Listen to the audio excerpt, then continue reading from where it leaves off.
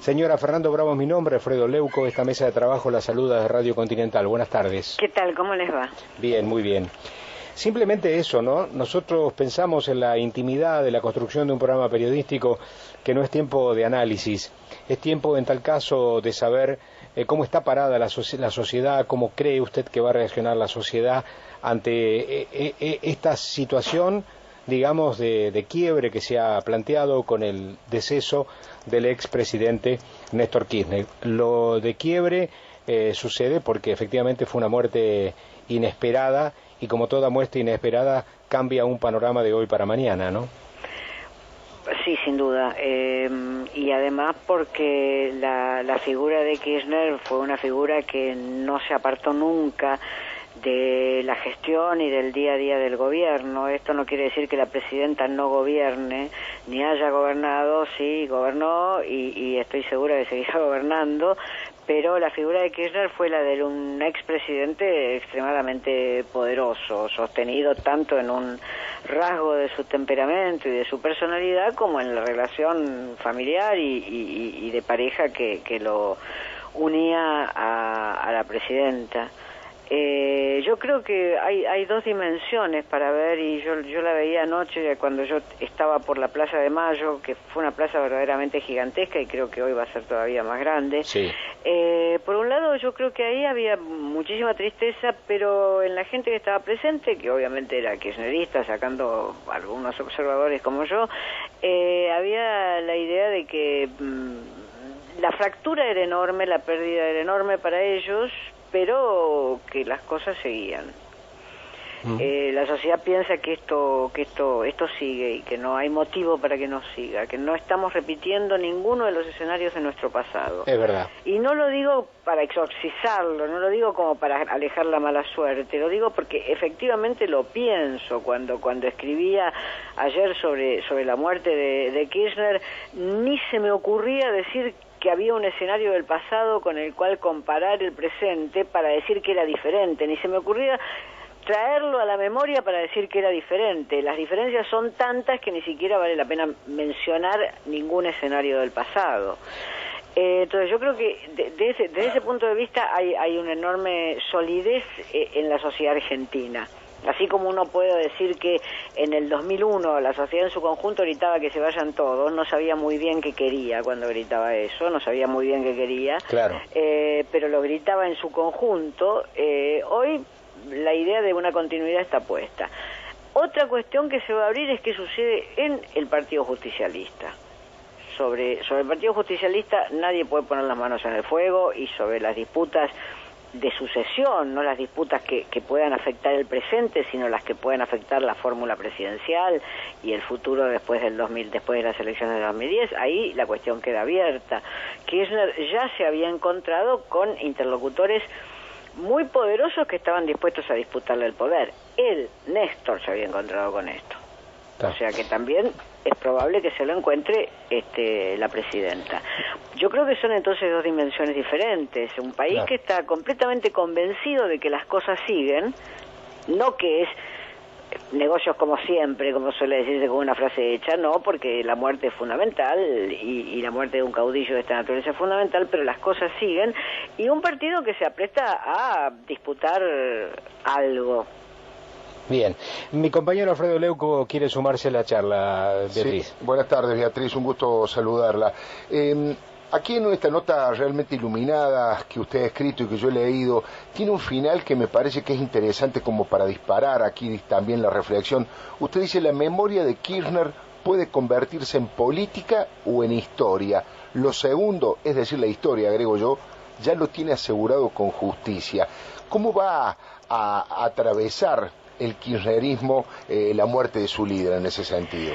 Claro, ahí lo que yo abro como interrogante es si su memoria y los rastros de su acción van a seguir marcando línea dentro del Partido Justicialista y las organizaciones pequeñas que son sus aliadas, digamos. Claro, yo sobre eso tengo una interrogante, Alfredo, y estoy segura que usted también lo tiene, ese interrogante. Acerca de si va a existir, va a sobrevivir una corriente llamada kirchnerismo sin Kirchner, dice usted. Efectivamente, y si no va a haber alineamiento elementos que sean más poderosos y que estén colocados en otro lugar del espectro ideológico del justicialismo. Todos sabemos que el justicialismo, con todo el respeto, es un espectro ideológico que abarca de la derecha a la izquierda todo lo que puede imaginarse. Claro. Entonces puede haber aspirantes a dirección del justicialismo, para dar un nombre, el de Reutemann, sí, que ya muerto Kirchner creo que sería su última oportunidad, claro, que está colocado muy a la derecha de ese espectro. No digo que sea un hombre reaccionario, digo que es un hombre profundamente conservador. Claro, y uno lo podría incluir allí también a Daniel Scioli. Y también lo podría incluir a Scioli, aunque yo creo que Scioli, yo los distinguiría uno del otro, pero de todas maneras los distinguiría, pero los pondría también en ese lado, estoy de acuerdo con usted. Entonces la idea de si hay una marca del kirchnerismo que va a subsistir dentro del justicialismo depende de cómo se tramite la actualidad del justicialismo hoy. Hay otro concepto en el cual coincido, pero me parece extraordinario cómo lo ha definido Beatriz. Usted ha dicho que Néstor Kirchner eligió no administrar su cuerpo y que prefirió ser guerrero antes que patriarca, ¿no? Sí, a mí me parece muy claro y además me parece admirable. Digamos, no es un momento para discutir de religión, pero yo soy de las personas que piensan que hay la libertad de elección de la muerte, y que la administración de la vida es algo que concierne a cada uno de los individuos. Se elija eso de manera consciente o se elija por el impulso de un temperamento. Entonces, haber elegido que seguía en el frente de la batalla, comandando la trinchera en la primera línea, me parece que es una forma completamente respetable de elección de la muerte, que yo no contrastaría contra debía hacer esto, debía hacer lo otro, tenía que tomar la pastilla o tenía que dejar de tomarla. Me parece que desde el punto de vista ético, yo lo pongo en el punto de vista ético, sí, tiene algo de admirable. La frase que yo pongo en mi nota es una frase que pronunció Napoleón viendo a un soldado ruso envuelto en la bandera rusa en la batalla de Austerlitz a comienzos del siglo XIX, digamos. Y Napoleón, cuando vio a ese soldado que estaba muerto, agonizando más bien, envuelto en la batalla, en la bandera rusa, dijo: ¡qué bella muerte! Porque ese soldado se había lanzado fuera de toda esperanza a la última carga contra el ejército francés. No es traído de los pelos, digamos, me parece que no la comparación, sino que es el momento en que alguien elige su destino. Y además, si usted me permite, si uno avanza con ese pensamiento de la elección de la muerte, uno ya puede meterse en territorios casi mágicos o no sé cómo llamarlos, pero nadie entendió cuando Néstor Kirchner anunció que iba a cambiar su domicilio y que iba a ir a Santa Cruz. Incluso retomó la rutina del café con sus amigos en el hotel en estos últimos días, a un Río Gallegos al que no volvía hace muchísimo tiempo. No quiero, es una señal, digamos, de... Claro, no quiero forzar el análisis ni hacer psicología barata de bolsillo, pero digo, da la sensación que hasta eligió el momento y el lugar para morir. Sí, evidentemente son pasos que se van trazando y quizás son pasos que se van trazando hacia atrás, son esos impulsos, ahí sí ya yo diría que no son cosas selectivas, son esos impulsos que están muy inscriptos en el cuerpo. Yo diría que eso ya no se elige, sino que eso se hace más allá de la conciencia, impulsos muy inscriptos en el cuerpo donde uno va a recuperar, como en las grandes novelas, uno va a recuperar ciertos olores, ciertas texturas, ciertas materias. Seguramente la literatura puede llegar a la literatura periodística, ¿no? También puede llegar a imaginar que los últimos pasos fueron un presagio, caminar con su mujer por las calles de Río Gallego que tanto habían caminado, podían después atarse, digamos, a una situación que presagiaba a lo mejor lo que ha sucedido, ¿no? Pero bueno, ya eso es una especulación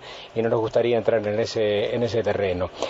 Señora, le agradecemos estos minutos de su tiempo. Quería hacer una última pregunta, Alfredo. No, simplemente pararse en la otra vereda y mirar desde el lado del no kirchnerismo, digamos, esta centralidad absoluta que Néstor Kirchner ocupó dentro del movimiento que él creó, dentro del peronismo se podría decir, o del Frente para la Victoria. ¿Qué les significa para aquellos que estaban en la vereda del frente, aquellos que tenían una mirada crítica de Kirchner, quedarse sin ese lugar de referencia, ¿no?